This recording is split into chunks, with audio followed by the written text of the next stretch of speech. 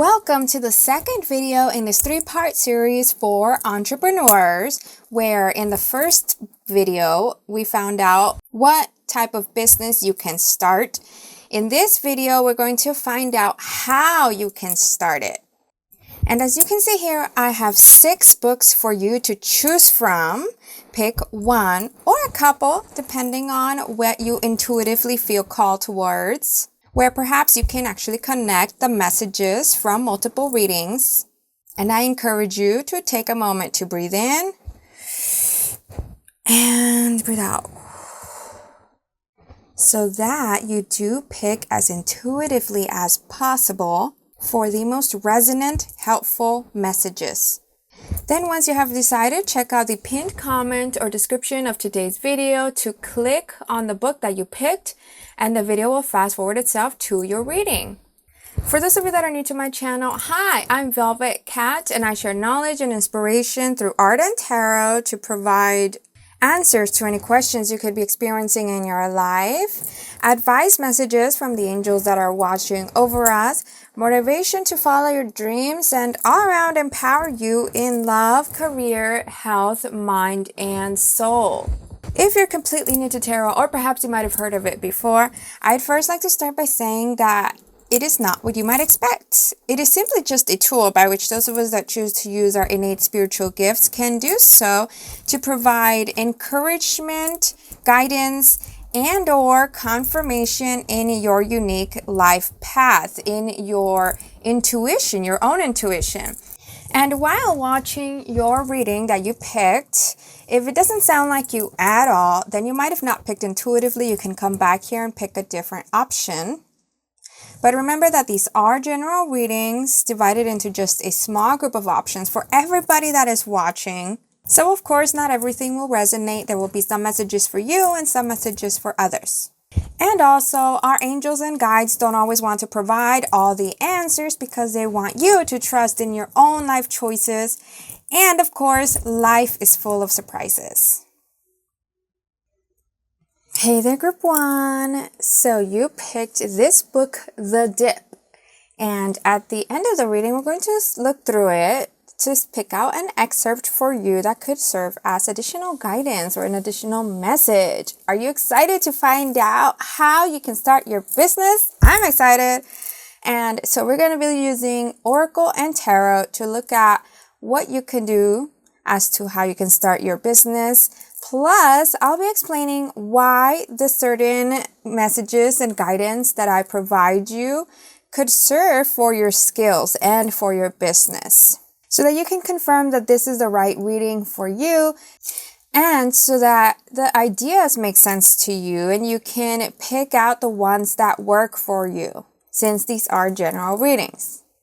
And of course, to become a successful professional entrepreneur, don't forget to still learn about the laws and requirements and such for your type of business.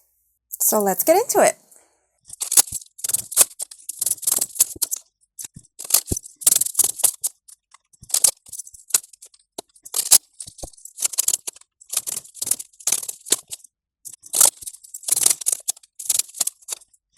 Interesting. So your reading immediately went into like influencer, YouTuber, blogger, because of your cards here. Twiggy was an icon in the 60s. And even to this day, she is still creating, modeling, speaking. And I mean, even here, it says, there's no age limit to beauty. Be your own spirit.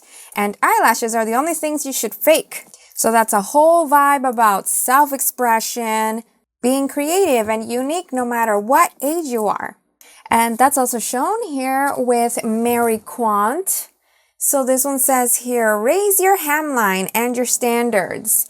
When people look, make it worth a while, and every generation needs a new way to rebel. So see, that's talking also about being a trendsetter, being the attention, the center of attention, being ready to be critiqued. Like basically no matter what you do or say, people are going to have an opinion no matter what. And the final card that does confirm what I'm saying as well is this one here, the High Priestess. Look at her. She's on her laptop. And it looks like she has a curtain in the background, like if she's ready to film. She has her setup. She has her outfit.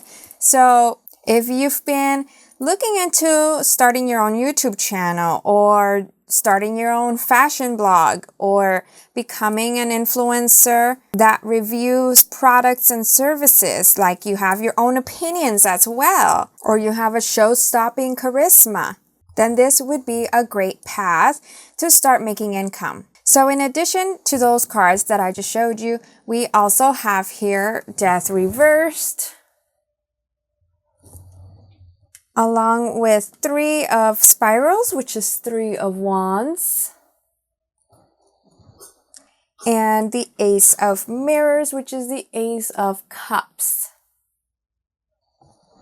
Then with Oracle, we have the Message in a Bottle reversed, and Milk and Honey also reversed. Lastly, with Art Oracles, we have Rem Koolhaas and Pierre Mondrian. And these say here, breathing is secondary, don't forget to think. A good manifesto is foremost legible. Reconsider your concept of small versus big. And then Pierre says, logic should come from the heart. True simplicity takes a lot of concentration, and find utopia in a straight line. So a little bit of background information about these 2 artists.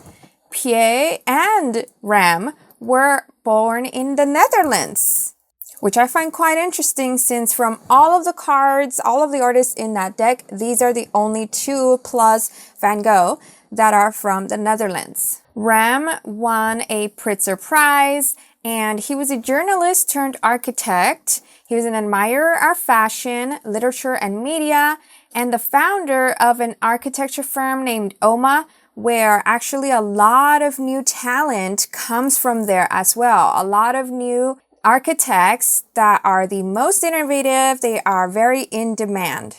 Pierre Mondrian used a technique called neoplasticism, which is where you see the shapes and the lines and the squares, since he had a background in architecture and geometry, and he was obsessed with harmony and simplicity. So what I'm reading here for you as to how you can start your business. Sorry, I had to stop for a minute because my cat wanted cuddles. But so what I was saying about how you can start your business, if you are going in the route of like through YouTube, it's very much here actually focusing on YouTube. Then here, this image is actually looking like a Zoom call or a live stream. She looks like she's presenting a shoe and she's having some type of show in the back. So that's one of the focuses that would be very beneficial for you to grow your channel, to show your business. And the reason I'm saying it like that, grow, show, is because if you already have an established business, having a YouTube channel would help you to showcase your products and services. How do they work? What do you do? What is the process, the behind the scenes? You could even share stories to show your products and services, or tell stories rather than just showcasing the product. To make it more entertaining, create a vibe that viewers will want to be a part of. I mean, when you look at big designers, the big names, the big labels that everybody knows, we see their ads and they're not just showing the product, they're creating an environment. Like there are people having a cruise or talking about a certain concept, a certain cause. For example, how all bodies are beautiful. And storytelling is the biggest method of making sales, of creating connections. I feel like there's also an emphasis here on how you stand out, being a little different than everyone else, because there are already thousands of people reviewing products, thousands of YouTubers, thousands of vloggers. And you need to bring your own twist into this. Whether this is through style, or through comedy, or through your filming, the way you tell stories. And you will need to learn the rules of YouTube as well, with how here there's a lot of organization, there's that geometry, there's a feeling of measurements and steps. Sure, some people that start up a YouTube channel, for example, can become viral, but this is very rare and it should not be the goal. Most of us will need to put work into this. So you'll need to learn about titles, about hashtags, key terms, keywords, about the description, about thumbnail imagery, and stay updated on what YouTube is doing so that you can jump in. For example, how they added shorts, just like with Instagram when they added reels. Anyone that uses their new features gets featured, gets more exposure. So to start this up, do that research, start planning, start creating before you actually post so that you can be ready and keep posting on a consistent schedule. I've noticed that the new channels that post more than twice a week reach their monetization status before a year, like before 6 months. So if anyone wonders whether it's still a good time to start up a channel, heck yes. That was actually my mistake that I started my channel, let's say like 6 years ago, but I wasn't posting consistently. I was only posting once a year, then a few months of the year. And then I was posting once to twice a week. But by then it was already too late to be able to grow faster. Now I have to put in more work compared to the new channels that I've seen have already reached past my subscribers in less than a year. Then I feel like these cards are very much tied together here because the message in a bottle card being reversed, this is about paying attention to red flags. For example, if you start receiving emails or offers that sound too good to be true, then you need to pay attention to that. Be very aware. There are lots of scammers out there. There are lots of companies that are like trying to send out products. But not every product is beneficial for your channel. You need to know what your channel stands for, what your brand stands for, what do you want to represent, so that your audience knows who you are. Otherwise, if they land on your business or your channel and it's so chaotic with so many different products, ideas, whatever it is, then you would be just another YouTuber, just another business. It's more beneficial to start very focused with like 1 or 2 niches, and then over time you can expand. Unless you're testing the grounds, then that can work too. You can test the grounds by trying out different ideas, seeing how people respond based on your personality, and then niching down to the ideas that you really feel passionate about, that you can bring your all, that has a high response rate. But the reason it's very important to be organized, to have a system in place when starting, to be ready ahead of time of posting is so that you're not overworking, you're not constantly running for time to the point where you could become overwhelmed or burnt out. Milk and Honey Reversed is about self-care because in here, as you can see, there's an elephant kind of like spoiling itself. And that's your guidance here, that you need to still have time for you, time for rest, time to keep creating ideas with as much energy as possible. And I notice here as well, these numbers, look at them, 5115. You could look those up in Google and see what those numbers could mean. But when they add up, when they are 6 and 6, 6s are the numbers of balance. So you are being warned here not to reach that overwork type of mentality. Even in this death card, everyone is so worn out. Then taking it back to this message in a bottle card about trying out different ideas and then niching down, that's also shown here with the 3 of Spirals and Ace of Mirrors, and also the High Priestess. The High Priestess is someone that knows herself. She's very intuitive. And the Aces of Cups are about your heart, your passion, what you're truly in touch with, not just doing what everyone else is doing. In fact, 3 of Spirals is like that journey of getting to know yourself so that you can stand out amongst the competition. And for some of you, if you don't want to be the face, you don't need to. You can be, because that's the high priestess is someone that's very alluring, someone captivating that everyone can't help but love. But you don't have to be, because she's also mysterious. And this mirror is making me think of reflecting your community rather than yourself. So maybe your community could somehow be tied in to be the face for you. And you could listen to their ideas as long as you do feel that spark as well.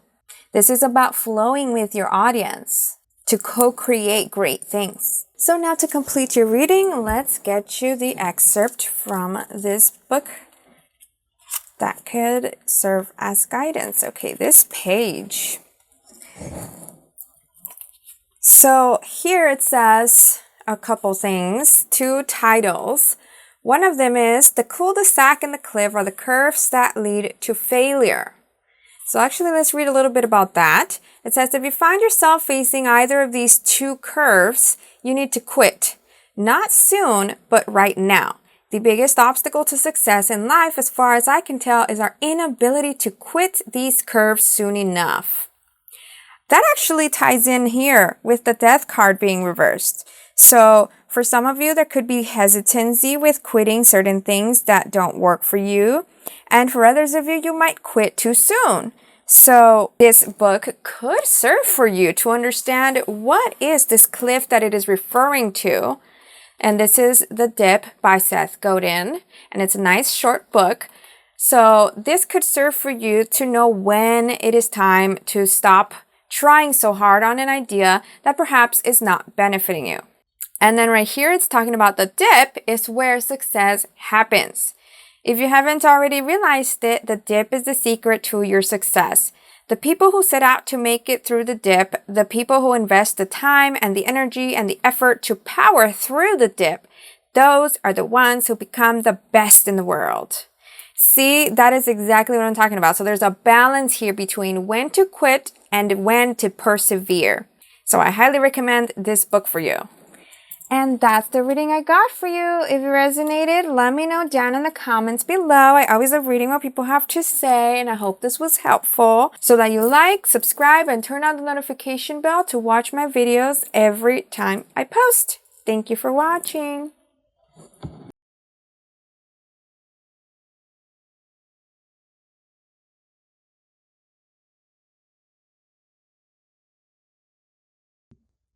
Hey there, group 2. So this is your reading if you chose the book, How to Master the Art of Selling.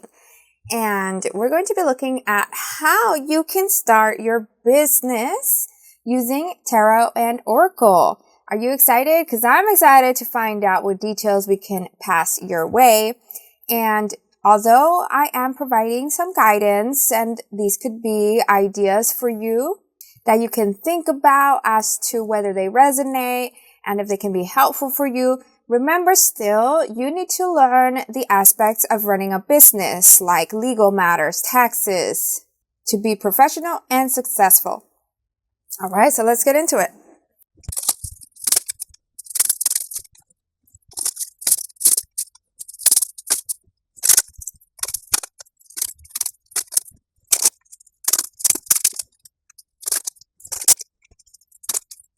All right, so your reading is super trippy and funny. And all right, let's go through each of the cards here. For artists, we have these 2. Ai Weiwei, which says, when authority says to be quiet, get a loudspeaker. Art must fight for freedom, or the whole world is a prison, and some things are whole only when they shatter. Then we've got Damien Hirst, which says, art and science are for confronting mortality. Postpone death, preserve it in formaldehyde, encrust it in diamonds, and talk to your local pharmacist.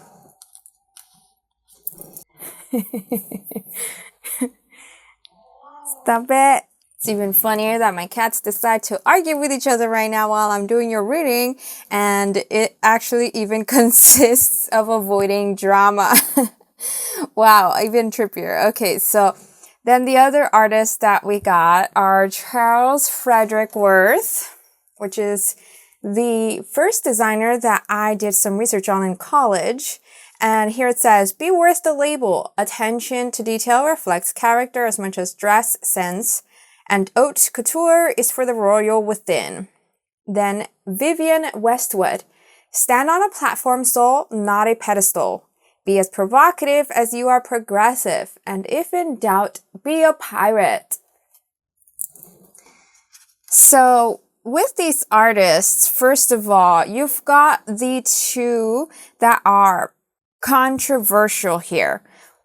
One, politically, and the other because he's fascinated by mortality. Plus, both of these images are holding something in their hand. I find that quite interesting, quite synchronized. As well as in these two designers, which combine, or actually, so he was a part of history. He was a designer in the 1800s, and she is a designer from like the 80s. And she also combines elements from history with modern fashion. So there's another synchronicity here, tying things into the past, along with both of them being innovators. Because Charles is considered the founding father of couture. He's an English designer, and in the 1800s, he revolutionized the business of fashion by being the first to sew in his name, his labels into his clothing, have clients show up at his shop, and use models, kind of like having the first runway shows. And Vivienne is the ultimate fashion rebel, fascinated by punk, sex, and pirates. Her story is quite interesting as well. She was an elementary teacher and she happened to meet Malcolm McLaren from Sex Pistols, so together they started a shop in the 70s. And now back to these artists. Ai is controversial because, how I said, he's political, so he's a political activist. He's gotten in trouble with the law, and his art conceptualizes history, world events, and dark humor about Chinese society. Damien, with his fascination for mortality, is known for artwork displays with animals that are cut up and diamond-encrusted human skulls and pharmaceuticals. So straight off the bat, I'm getting these vibes of your business being quite controversial, or like being completely new, completely shocking to people. Perhaps inventing things that help people, whether politically or like on a daily basis, as in their health, their bodies, their living comforts. Or your business could involve death as well in some way. Because now this is looking like he's holding a skull here and then he's holding the ashes. There's so much that goes into this, like raising awareness about environmentalism so that we're not continuing to kill the earth and our people. Or raising awareness about being health conscious, eating healthier, maybe providing education about what we take into our bodies. Or your business could be involved with things like studying the brain, studying the spirit, combining spirituality and science. And in addition to these cards, here with Oracle, we also have Never-Ending Story reversed and Observer reversed, along with Tarot, Four of Cups and Judgment. The Hierophant reversed, which says here Divine Child. And Six of Scrolls, which is Six of Swords. So here I'm also getting messages of having to work with a lot of different people, not just you being a solo entrepreneur, because I'm feeling like to be credible and in demand, you're going to need big minds, big ideas, big talent. In fact, the Observer card is like you being at a distance from your business, delegating, leading teams, observing the way they work together, bringing in people that do the things you don't know, detaching from needing to do everything yourself. Right here as well with the Four of Cups, it's making me think of hiring people. So you need to figure out what you need for your business, who you can hire, what is the top talent for that. And being a boss that listens to input so that you can build this community together grow efficiently, successfully, but also to be discerning as to who is the right talent, because you don't want to be too nice, since it can be tough to be the leader, to be the boss, having to hire and fire. And how I was talking here about perhaps being a part of death or health in some way, that's also shown here with the Judgment card and how this angel has the cross in her scarf here. And these people are in what looks like caskets. Judgment is also a card about calling the shots. And this Six of Scrolls, having so many scrolls, is of course pretty obvious to me about contracts. Don't miss out on any of that. Be very clear on what you expect from people you're working with. Make sure things are done legally to avoid mistakes and unnecessary drama. In fact, this never-ending story, once it is reversed, it's how I was saying in the beginning about avoiding drama, not getting involved with others' problems. Like, don't also purposefully try to be controversial in a kind of like scammy, fake type of way, or lie to make your way up. Every part of your business and product will need to be accounted for. For example, who is making your products? Where are you sourcing? How are things being made? And who do you work with? Like if you're going to partner up with other companies, do they have any controversy? Or same thing with using influencers. By the way, with how we have the Hierophant card reversed, this is guidance that you don't actually need to do things traditionally, like the way companies have been started in the past. With the way things are changing, not always is that the tried and true way anymore. For example, having a brick and mortar store is not the best answer for everyone. Or you'll need to consider if your brand is going to be mass produced for like normal people and like sold directly to people, or sold through stores that are already established. Are you going to try to get your product there? Or are you going to be an exclusive company working with only certain high clientele? Or do you provide products and services directly with other companies or establishments like hospitals and schools? These are all questions to ask, because oftentimes entrepreneurs think of selling a product or a service to people, but there are so many other ways in which you can make money. And with how these two are looking like they're presenting a product, it's making me think of Shark Tank now. So that could be one way that you start up your business, or you might need to look into getting an investor or fundraising through like Kickstarter. So now to complete your reading, let's get you an excerpt from the book that could serve as guidance for you.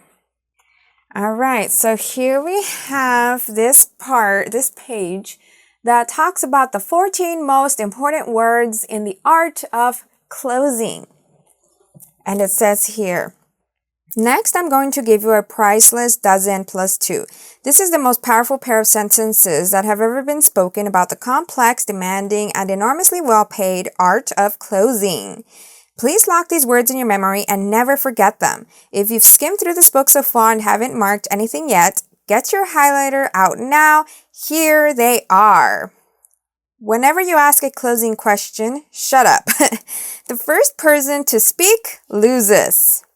This is actually perfect for you because of how I was talking about you being such an iconic product or service, like innovating, inventing, and needing the best talent for this, plus probably an investor for your big idea. It is very important to learn how to close, how to make that sale. And here it says the paramount phrase is shut up. That's why J. Douglas Edwards shouted it at his audiences. I was sitting in the front row the first time I heard the 14 words. All jumpy from the excitement of his seminar, the sleepless nights of studying it, the gallons of coffee I'd put away. When Doug shouted, shut up, I dove for cover. My papers flew in every direction. The moment is carved in my memory along with the words. These 14 words have been the most important single element in turning my disastrous sales experience up to that time into the success it became. Ask your closing question, then shut up. It sounds simple. Believe me, it isn't. At the time, I had a real challenge with that area, and the worst part was that I didn't have a clue as to what I was doing wrong until the moment I heard J. Douglas Edwards say those fabulous 14 words. The first time I tried asking a closing question and then shutting up, I was prepared for the other people's reaction. I expected them to keep silent. What I hadn't prepared for was the intensity of my own reaction. The silence hit me like a ton of wet sand. Doug Edwards said I would feel the pressure of the silence keenly, but I didn't really think it would affect me much. It did. I sat there that first time with my insides churning, biting the inside of my lip. Finally, the husband said something. They went on to own, and I never again had as much trouble sweating on the awful silence after asking a closing question. Why is it so important to shut up and not say a word? Because if you say anything, you relieve the pressure on prospects to speak first, answer the close, and commit themselves. When you ask the closing question at anywhere near the right time, prospects have to go ahead. Here's how it goes. You've been working with Maggie Thrush, the purchasing agent for a medium-sized company, and you feel that she's ready for the close. So you say, Miss Thrush, we've just about covered everything. Which would be more convenient, delivery on the 1st or the 15th of the next month? The average salesperson can't wait more than 10 seconds after asking a closing question like that. If Mrs. Thrush hasn't answered by then, he'll say something like, well, we can talk about that later, and go on talking, unaware that he's just destroyed the closing situation. And it's not just that one close he's destroyed. All succeeding closing situations, if any more do come up, are doomed to failure. Mrs. Thrush can't be closed because now she knows how to escape the salesperson's closes. She merely has to keep quiet for a few seconds and he'll crack under the pressure. This is very cool for you. I highly recommend this book. I hope it helps you. It has so much information, very helpful information for you. And I also hope my reading resonated. If it did, let me know down in the comments below. I hope that is enough for you to like the video, subscribe to my channel, and turn on the notification bell so that you don't miss my videos every time I post. Thank you for watching.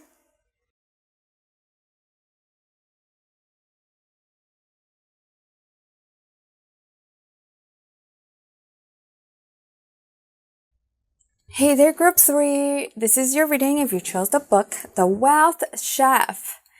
And now we're going to be using Tarot and Oracle to look into how you can start your business and why the ideas could serve you. Are you excited? I'm excited. But also remember, as long as this is guidance for you, that you can think through as to whether it resonates and if you can try them out, what ideas you would like to take. You still need to look into educating yourself about the laws, the taxes, every business aspect that is involved to be an entrepreneur, to start your own business professionally and successfully.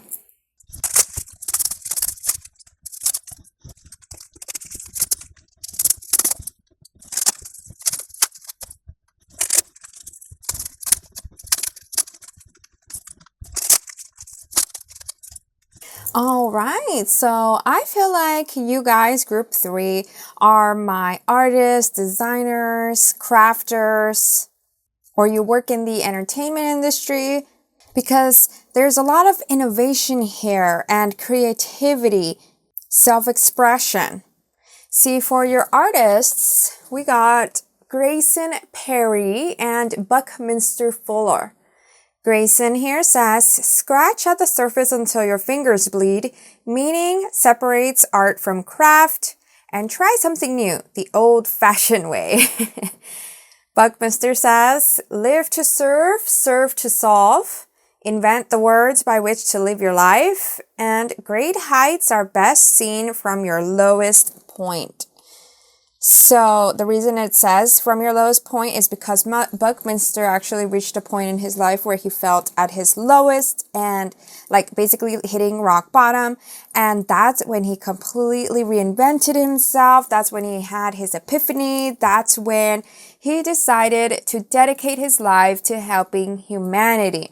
And so Buckminster is a U.S. artist. He is was a great visionary, theorist, philosopher, author, inventor, architect. He believed that we as a society, as humankind, we must collaborate in harmony with Earth, and actually did invent a housing solution for growing populations. And for his art, he used nature geometry, which you can see one of them here. Grayson is from the UK, and he creates beautiful, I highly recommend you check out his artwork. It's a beautiful big pottery where he's actually addressing global and domestic violence, environmentalism, his childhood trauma, politics, and sex. When he was recognized for his work, he even showed up dressed as a woman and said, well, it's about time a transvestite potter won the Turner Prize. So see, both of them stood for something. Both of them believed in their values. And then with fashion icons, we have Susie Menkes and Philip Treacy. Susie here says, fashion is a statement of intent. A pompadour quiff is a signature. Find one of your own. And don't wait for a rainy day to wear your favorite clothes. Philip here says, a hat is a statement, not a shelter. Dress from toe to trilby, and millinery isn't invite only. So the reason Susie's message here is talking about a pompadour quiff is because that was what she was recognized for, or that is what she is recognized for. She's actually one of the most important journalists in fashion. Sorry, not one. She is the most important journalist in fashion. And she has been a fashion editor for The Times, The Independent, International Herald Tribune, and now Vogue. Philip is an Irish milliner that during his time studying at London Royal College of Art, he met Isabella Blow, and she is also another fashion icon. She was his muse, mentor, and friend, and he is known for his outlandish hats that he has designed for her, for other design houses, and for Lady Gaga. You've probably seen those, and other fashion innovative celebrities. So first off, I feel like for you to start your business, you need to put yourself in the right places. You need to attend events, join communities, clubs, get your name known, network, engage. And if all of this scares you, then perhaps you can do research as to who are the most prominent, important people in your field that you need to be in touch with. Figure out how to work for them or how to be seen by them. And what will make you stand out amidst other businesses is to stand for something like they did. So what message do you want to get across? Don't just create pretty things. And don't just work for money, because otherwise you'll stay chasing it. But if you work for your passion and you figure out the steps on how to become successful, then wealth will happen naturally. So it's about smart hustle, not hard hustle. And with how you picked this Wealth Chef book, which is about learning your finances, then that seems to be very important for you as well. Because oftentimes, if you are in a creative field, creative entrepreneurs tend to forget the business side of things. Or they feel schemy when they want to sell, but this is important for your business to succeed. Claim your space, just like Grayson did when he won the award, and how he said it's about time. Because apparently, pottery is not so much taken serious in the art community. Claim your spot because you are worthy of asking to be paid for your skill, time, your work, your knowledge. That's actually the message here with these two cards. Co-create reversed and regeneration reversed. Regeneration has this energy, this vibe of not letting your roots grow and shine, burning yourself down, hiding in darkness. Along with co-create being reversed, it's like perhaps being afraid to work with others, afraid to put yourself out there, afraid to be seen. And it's important to let go of these thoughts, negative thoughts about money, about your skill, about yourself. Otherwise, you won't have the courage to take the steps necessary to succeed. And with the co-create card being reversed, it doesn't necessarily mean that you do need to be the face, forcing yourself to be outgoing, because there are artists and business founders that do stay behind the scenes, that stay mysterious, that becomes part of their brand. So it's all about being strategic here. What would best serve your business? Then with tarot, we have the cards Storyteller, the Hermit card, and the Chariot card that says Hern the Hunter, along with the High Priestess, the Ace of Pentacles, and Five of Wands, all reversed. So what is going on here with all of these reversed? It could be about how I was talking about here, like some of you might not be pushing yourself, challenging yourself. Like deep down, you know what you need to do, but you don't want to do it.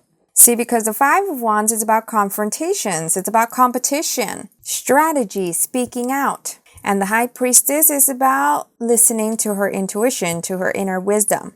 And I definitely sense here the two paths that can be to challenge yourself, to put yourself out there, or figure out how to be successful without doing so. Like how in this High Priestess card, she's holding her laptop, which makes me think of like using social media or creating a website or a YouTube channel. But although this may seem like the sole path to success, it is not. There are other ways there. In fact, there are a lot of YouTubers that started out working for other companies and then they started their channels because they were passionate about it, not because they felt forced to do it.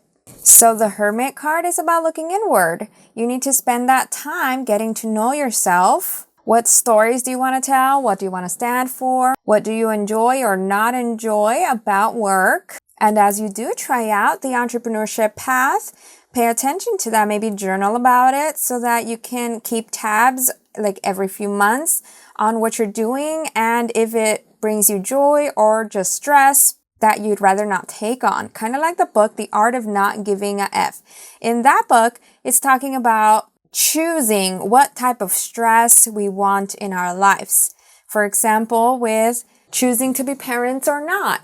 Parenthood is stressful, but there's also a lot of beauty in it. Going to school or not, like a university, versus being self-taught. Both of them will consist of stresses, and which one is the stress you would rather take. Then once you do, go full force into it. Don't half-ass anything. And never stop learning.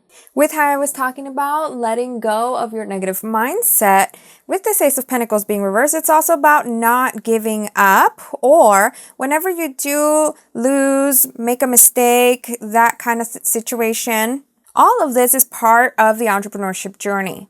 So don't hold on to that. It's okay to have to start over or to reinvent yourself. Take the lessons from that. You also need to be mindful about your finances because not every business needs to be started with thousands of dollars. It's all a process. So don't use the lack of money as an excuse as to not start. Same thing with lack of skills, lack of education, worrying if your ideas are good enough. Everyone starts out somewhere. And perhaps in the beginning, rather than waiting for offers to come to you, you might need to be the one that goes out seeking for those offers, for those opportunities, even for the testimonials and reviews that then you can use as credibility to gain more clients. And pay attention to when and where you can co-create with others. For example, when I started my Etsy shop, I started with one item, and from there, the first reviews helped me to gain more clientele, and I was always listening to what they were telling me, what types of edits they wanted, and I separated that one item into a few options and even more sections, more categories. So now to complete your reading, let's look into the Wealth Chef book for an excerpt for you. Here we are. So this is the page that caught my attention, and interesting. So look at what it says here. When you write down what you want in your life, you effectively set your RAS. That is what makes you start noticing opportunities that will bring you closer toward your goal. In a nutshell, writing it down is a first step toward achieving the goal. See, this is confirmation as to what I was saying about writing things down and getting to know yourself. All right, so that's everything I got for you. If it resonated, let me know down in the comments below. I always love reading what people have to say, and I hope you also like this video, subscribe to my channel, and turn on the notification bell so that you don't miss my videos every time I post. Thank you for watching.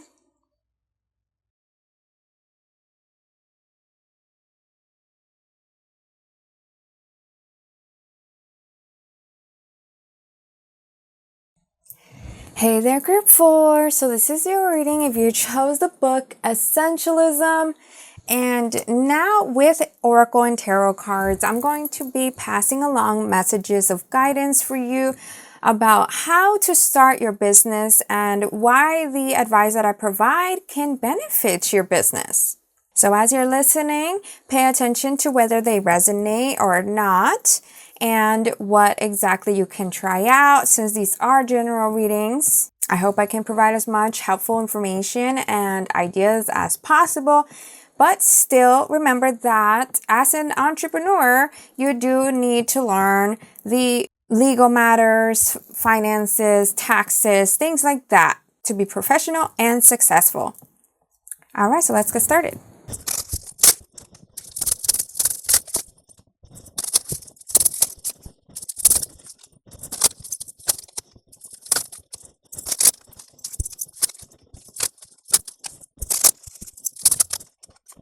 All right, so for your Oracle icons, first here with these artists, you have Joseph Beuys and Alighiero Boetti. Joseph says here, you also contribute to humanity's Gesamtkunstwerk. Make sure your baby shots are up to date, and symbolism is just one ambulance ride away. Alighiero says, know who you aren't. Find clarity in clutter, and there's more than one way to read a map.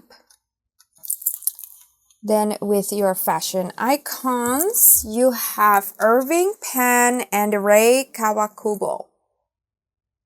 Irving here says, art is in the everyday. Style is how you hold yourself, not who you wear.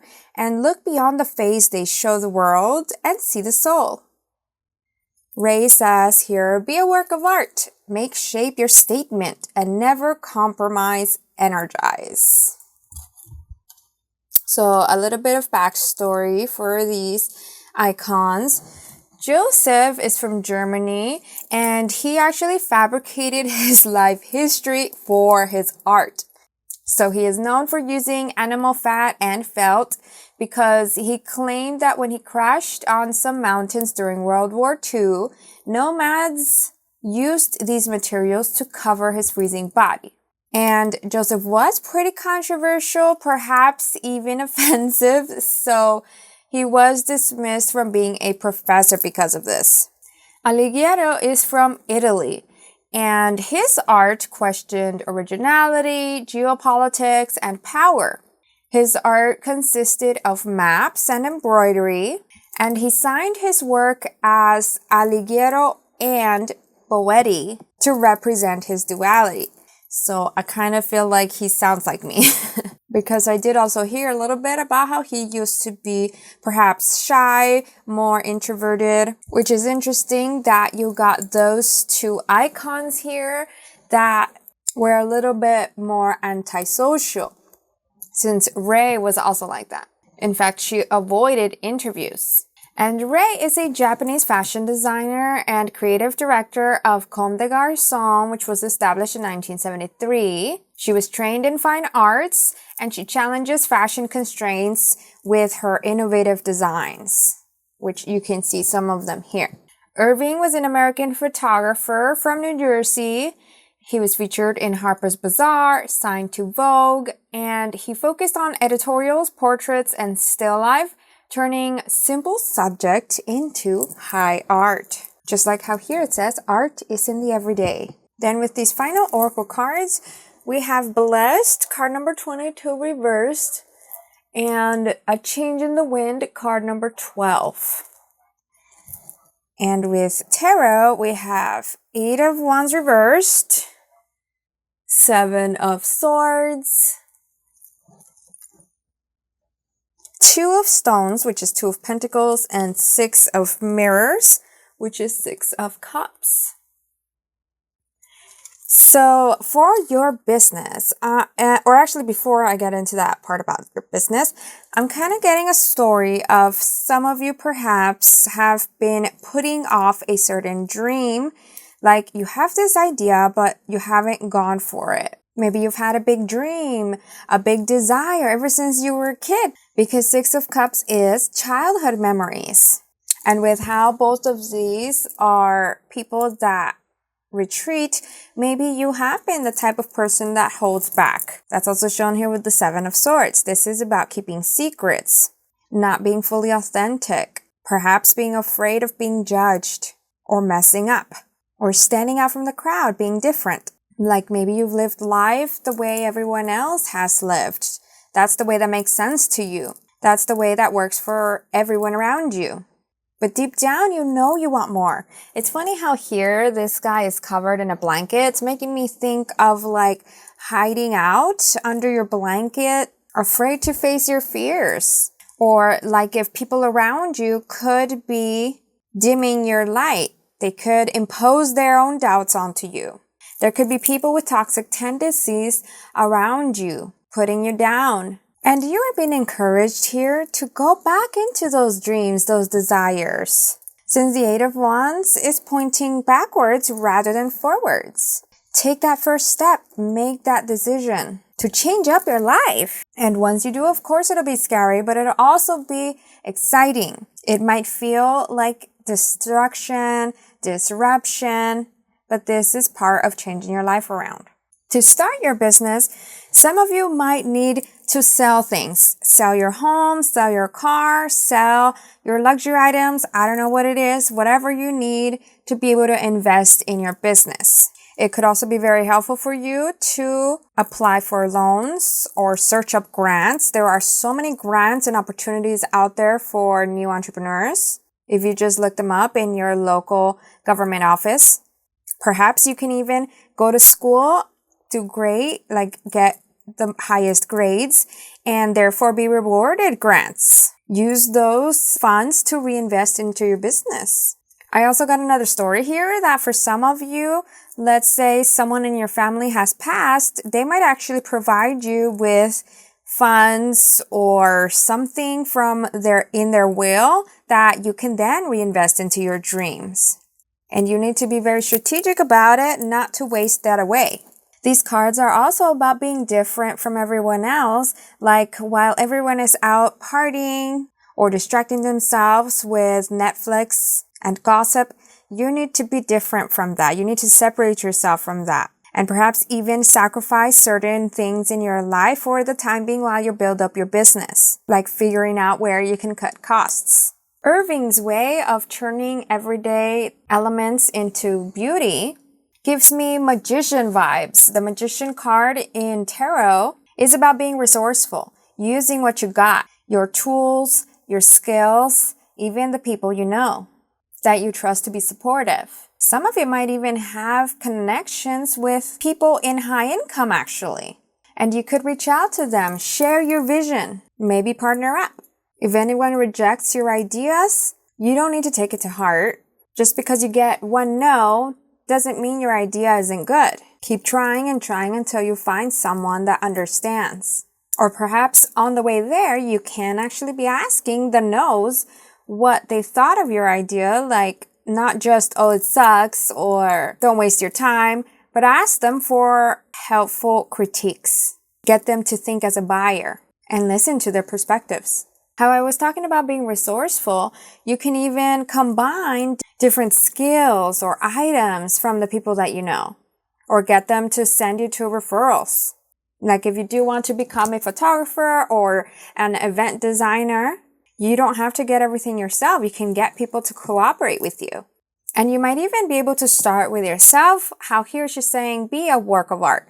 So you don't need to hire people, for example, to display your products. You can be that model. And as you're starting this, learning through, make sure to be adaptive, to shift directions wherever you're being taken, because obstacles are realigning you to better things. And if you are the type of person with big, shocking ideas, don't be afraid to let them shine. I mean, like how I was saying, Joseph was controversial. Ray has these big, unique statement pieces, and then we have this change card. I feel like in your situation, for your business, shock factor is beneficial. And find ways to incorporate all the senses into your sales pitches, your events, your packages, like music for sound, food for taste, textures for touch, shapes and colors for sight, and perfumes or incense or flowers or something for scents. Combining all of these senses will make you very memorable. For you, I also feel like for sure events will be very important to gain exposure, spread awareness of your business, and find ways where you can get your audience, get your buyers, your clients to feel connected to you, to feel like they're a part of your business, a part of your growth. And everyone that you work with, send them a thank you gift. That's another way to be memorable. So now to complete your reading, let's look into the book as to what message, what excerpt can serve for you as your guidance. So here we have this page, and it says, a non-essentialist approaches execution in a reactive, haphazard manner. Because the non-essentialist is always reacting to crises rather than anticipating them, he is forced to apply quick-fix solutions, the equivalent to plugging his finger into the hole of a leaking dam and hoping the whole thing doesn't burst. Being good with a hammer, the non-essentialist thinks everything is a nail. Thus, he applies more and more pressure, but this ends up only adding more friction and frustration. Indeed, in some situations, the harder you push on someone, the harder he or she will push back. Essentialists don't default to band-aid solutions. They ask, what is getting in the way of achieving what is essential? This seems to be a very important book for you, actually. I'm really vibing with this. I feel that. So I recommend you check out this book. It could really help you for your business. So I hope this resonated. Let me know if it did. I always love reading what people have to say in the comments section. And I hope you like the video, subscribe to my channel, and turn on the notification bell so that you don't miss my videos every time I post. Thank you for watching.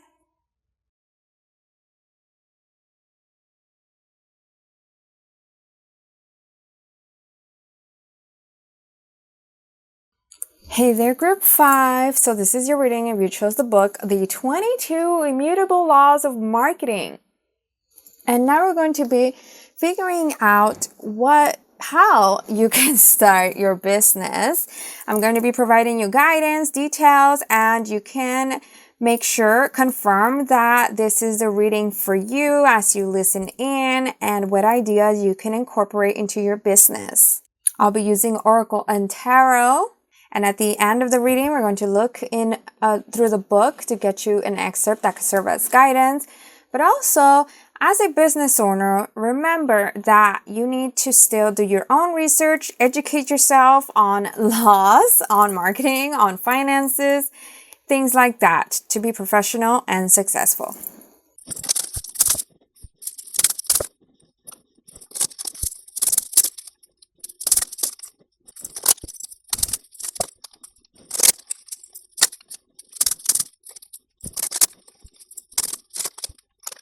All right, so I took a day break, but now I'm back. And I'm going to go through each of these icons to give you a little bit of a background about their stories. Here we have these two artists. They are Gustav Klimt and Albrecht Dürer. Gustav here, it says, every portrait is a self-portrait. If no group will have you, start your own. And like gold, eroticism fluctuates with the times. Albrecht says, one man's outbreak is another man's breakthrough. Know your perspective and apocalypse then.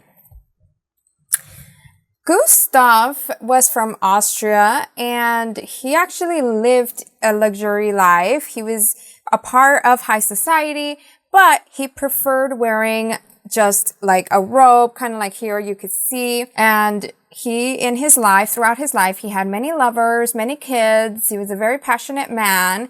And this showed in his art.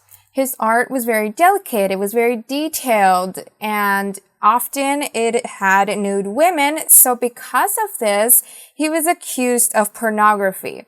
And then throughout like the end of his life, or the last years of his life, he decided to retreat because of these accusations. They didn't understand his art, which totally was not pornography. It was just nude women. And it was very beautiful artwork with he was known for using gold leaf in his paintings. Albrecht was from Germany. He was a printmaker, and his woodcuts often touched on religion. He was very much spiritual. That's why it says here Apocalypse, because one of his works was titled that. And he moved during the plague to Italy, where he felt very much at home in his spiritual sense, more in touch with that, which I think not a lot of people understood him with that.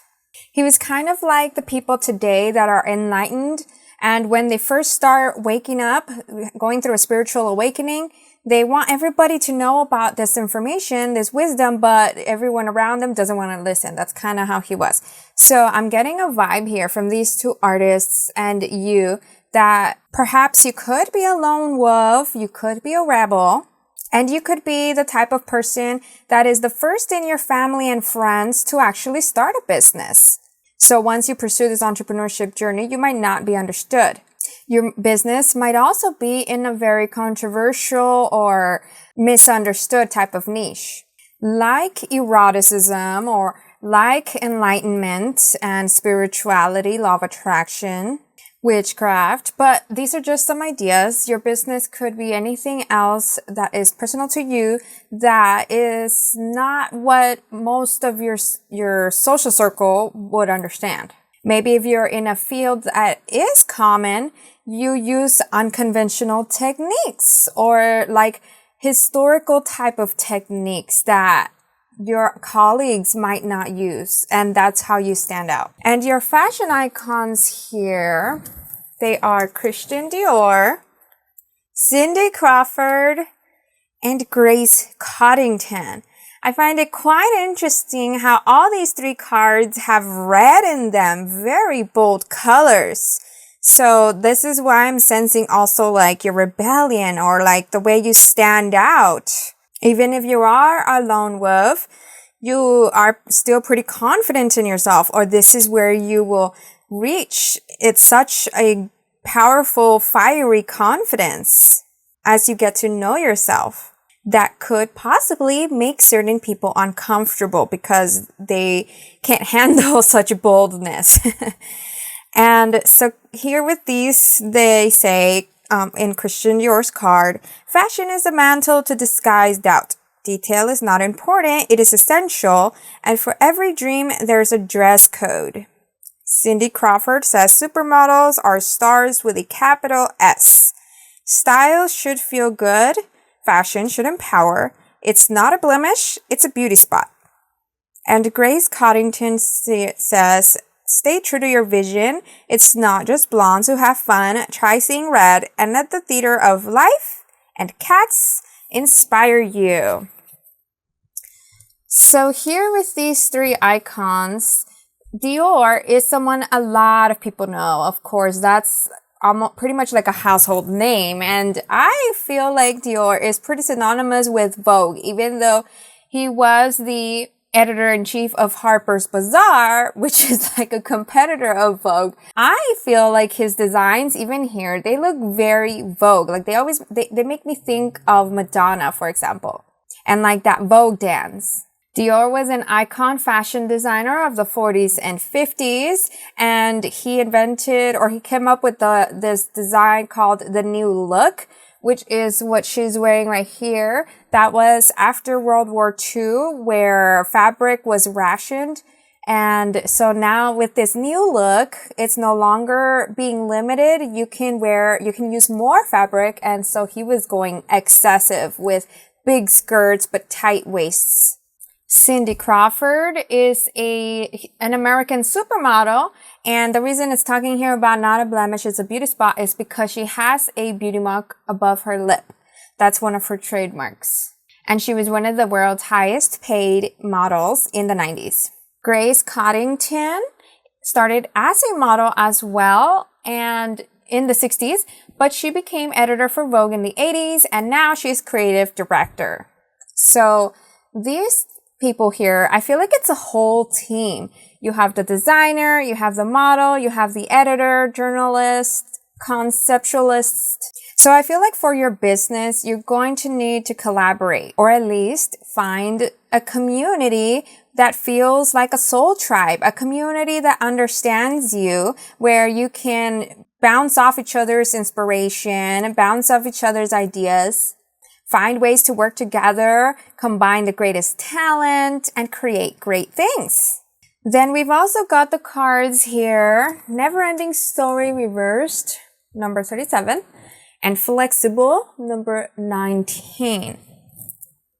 These cards are about being flexible, being adaptable, learning and keeping an open mind, being curious, not taking things personal to where they become blocks or to where they cause you to overthink situations, compare yourself with others, and have a negative little nagging voice that self-sabotages. So like how I was saying that maybe you might be the first in your family and social circle, your friendships that starts a business. There's gonna be people that don't understand, and they're gonna have negative things to say. They're gonna start causing you doubt, projecting basically.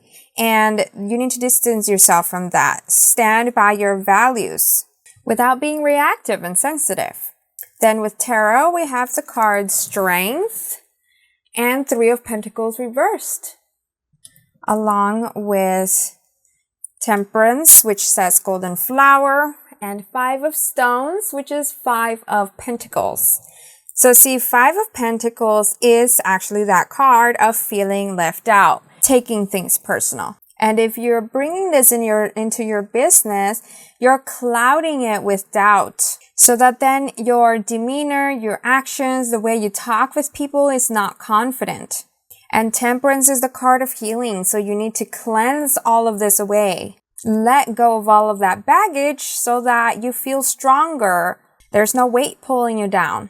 Strength is literally the card of taming those fears, those reactions, those negative thoughts.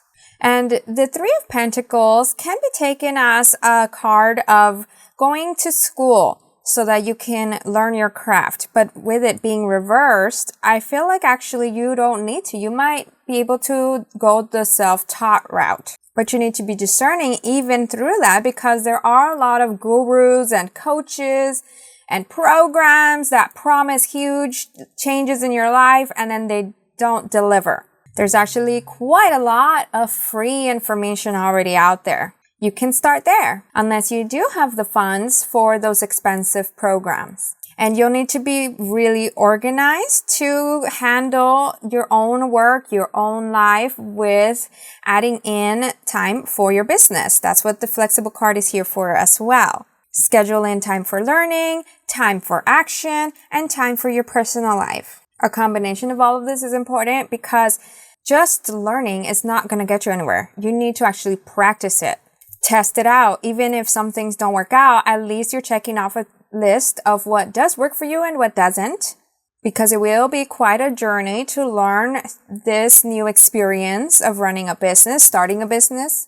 And with including personal time in your schedule. That's very important for your self-care so that you continue having the energy to keep learning, keep practicing, and level up rather than reach a burnout.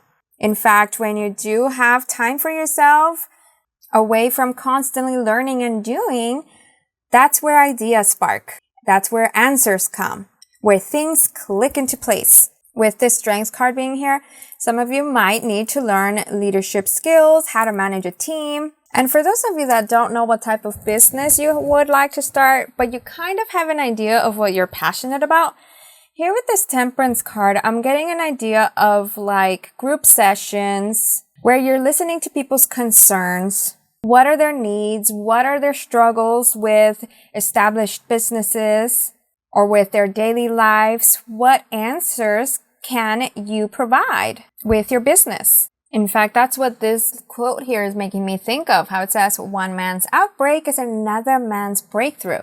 This is like that thing that entrepreneurs, many millionaire entrepreneurs know, which is that during the most difficult times in the world, while there is chaos and stress, people worrying, I know this sounds kind of dark, but that's when the millionaires thrive. That's when they figure out how to make their business launch or become better. That's where a lot of problems rise. There's a light shed on these problems, and then entrepreneurs can come in to be the answer that finds a solution. You might even be able to work with people that are outcasted because of how here it says, if no group will have you, start your own. You could be the business that provides opportunities for the outcasts, for the misunderstood, for the unseen, and share your story and theirs on your social media, on your website. Really make your business personable. So now to complete your reading, let's get you an excerpt from the book here that we have. Okay, this page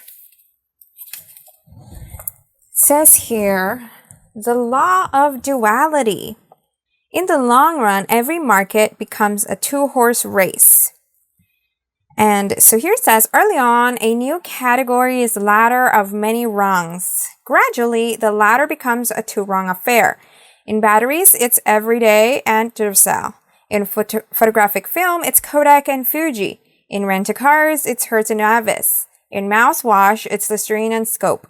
In hamburgers, it's McDonald's and Burger King. In sneakers, it's Nike and Reebok. In toothpaste, it's Crest and Colgate. When you take the long view of marketing, you find the battle usually winds up as a titanic struggle between two major players, usually the old reliable brand and the upstart. So this is actually quite interesting because it's making me think of how you can maybe start a competition between businesses, which would serve as cross-promotion and would create a buzz for both of your businesses, especially if you guys are firsts in your field, in your niche. You could be the go-to brands, just like here, Coke and Pepsi. Or you can partner up with established businesses, like you and your company partner up with Coke or Apple. And then the other company that you guys are in on it, they partner up with Samsung. And so now there's even more cross promotion. There's even more buzz plus credibility for you guys. And it's an exciting idea for those big brands to be a part of, to sponsor you guys. So I hope this idea was useful. There's so many more I highly recommend from this book. And I hope that you enjoyed the reading, that it resonated. If it did, let me know down in the comments below. I always love reading what people have to say. And I hope you like this video, subscribe to my channel, and turn on the notification bell so that you don't miss my videos every time I post. Thank you for watching.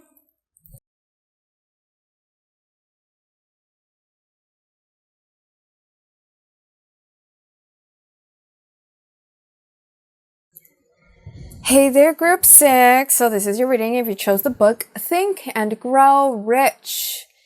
And now we're going to be looking into how you can start your business. I'll be providing you some ideas, answer the whys as to why these ideas could serve you and your business. And you can decide for yourself also with the details I provide whether this resonates for you. since these are general readings in which I'm using tarot and oracle. But also remember that to become a professional, successful entrepreneur, you still need to educate yourself about laws, taxes, the business side of things, paperwork, things like that. All right, so let's see what we've got for you.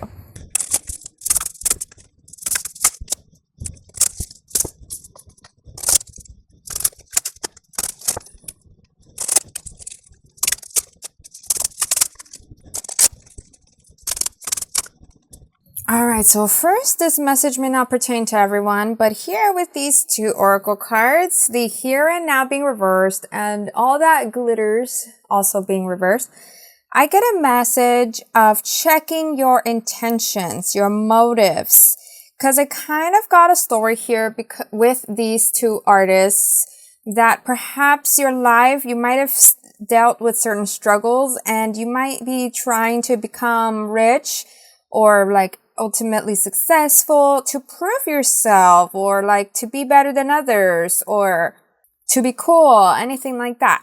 Superficial reasons. And the reason you need to check on this mindset of yours, if this is you, is because this might not take you very far. Like there are actually stories of people that have been caught cheating others or pretending to be rich when they're not, which shows that instant gratification, validation, attention, it doesn't last very long. Using people can only take you so far.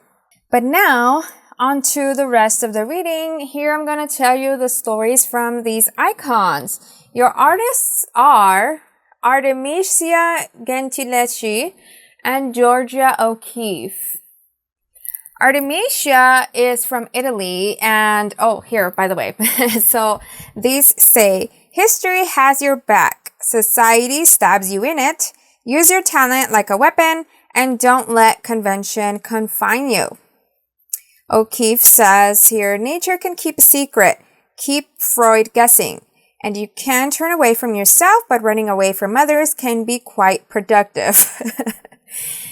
So these artists, as I was saying, Artemisia is from Italy, and she was an oppressed female in her time because she was, in that time period, men were, the artists, the architects, the philosophers, and women were put to the side. So her art was not taken serious. And in fact, one of her art instructors did end up raping her, for which she took him to court and won, but it was a very difficult experience, very traumatic probably. Everyone was pretty much against her. And in her art, with all of this turmoil she dealt with, it was very dramatic, sometimes violent, and it did depict women that were like superheroes, super bosses, things like that. And Georgia O'Keeffe, apparently people connect her flowers with the female genitalia. And I think she wasn't very fond of that because of her art skill that she was using, her aesthetic that she was trying to show. She was also the first woman to have a solo retrospective at New York's Museum of Modern Art. Then you've got these fashion icons, Anna Wintour and David Bailey. Anna Wintour says here, only you need to know what goes on behind the shades. Loyalty is the most important label to wear, and Vogue is an attitude, not just a magazine. David says, keep it simple, stupid. Everyone looks great in black and white, and focus on what you love. I love women, and they love fashion. So I find it quite interesting here how you have a lot of female energy in your reading. Perhaps you are a woman focused on female empowerment, or whatever gender you are, your business could be focused on a niche that is oppressed, a community with a powerful message, like human rights, political injustice, environmentalism, equal pay, gay marriage, or you want your business to contribute to these causes in some way. By the way, Anna Wintour is the artistic director of Condé Nast and editor-in-chief of Vogue. Her trademark is this look, which is a hair bob and the black shades. She's also the host of the annual Met Gala, which raises millions of dollars for the Museum of Costume Institute. And David is an English fashion and portrait photographer for British Vogue. He was one of the first real celebrity photographers, and he also paints and sculpts. In addition to all of these oracle cards, you also have with tarot 10 of Cups reversed and Strength, along with Strength again in a different deck, but this time reversed, and the Ace of Spirals, which is Ace of Wands. So what I get from these is that first of all, you need to unchain yourself to be able to unchain others. You need to unchain yourself from your negative thoughts, from your own traumas, perhaps turn your pain and anger into energy for your business. And you can even share your story for others to connect with you, to start building your community. Some of you might also come from a background that's not so lucky, that's pretty much struggling, where the environment turns against you, politics turn against you, where you were born into an area that has not many opportunities. But nowadays, with our connection to the internet, with the internet connecting us all and being surrounded by opportunities, you'll need to seek these out. Whether that is at your local library, at a school, there are even free opportunities, grants, classes for new entrepreneurs. If you look up your Chamber of Commerce, and you can be that innovator in your community, the one that changes your friends' lives. Maybe it could serve you to make this seem cool, to make your business a type of game that others would like to join. And your story will make an impact. Your story will be caught on, which will in turn bring you more opportunities. Use your experiences and your story basically of kind of like rags to riches, or like being the leader that starts something that takes everyone by surprise, that nobody believed in. Use this story as leverage. It's not that you're selling out. Thinking that you're selling out, that is ego talking. So think about that. Do you want to stay where you are, or do you want to be successful? Because as you rise, others rise with you. And for some of you, if you'd rather keep your life private, you can do so as well. Just like how here it says, only you need to know what goes on behind the shades. She's very private. Nobody really knows about her personal life, but the whole world knows of her. Or maybe not everyone, but in the fashion industry, the whole world knows about her. Something else you can do to start your business is, of course, social media, because here this is making me think of like TikTok or YouTube or Instagram, and sharing posts that tell stories of the people around you, but with an aesthetic in mind. You can start growing your community like this, and once you have a nice amount of loyal supporters, then that's when you can start building up your business and fundraising successfully. And for those of you with the creative talent, that is a huge part of your success. Share your talent and then tie it in with the cause. Take it one day at a time, no longer dwelling on the past or worrying about the future, but standing for something. This is what will keep you going no matter what obstacles show up. By the way, once you do gain momentum, don't fall into the trap of fame. Don't let that get to your head and start splurging like crazy. Stay focused. Only until you build up a solid foundation for yourself can you then start helping others. Besides the way of that, if they contribute, if they cooperate with you, they're part of your team, that's how everyone is leveling up. But what I mean about waiting for that secure foundation to help others is that perhaps as you do gain attention, people might come to you asking for support. And we can't be giving away all the money we have immediately, because we could lose it all. And then you won't be able to keep helping anyone. All right, so now to complete your reading, let's get you an excerpt from the book here. Okay, so we've got this page.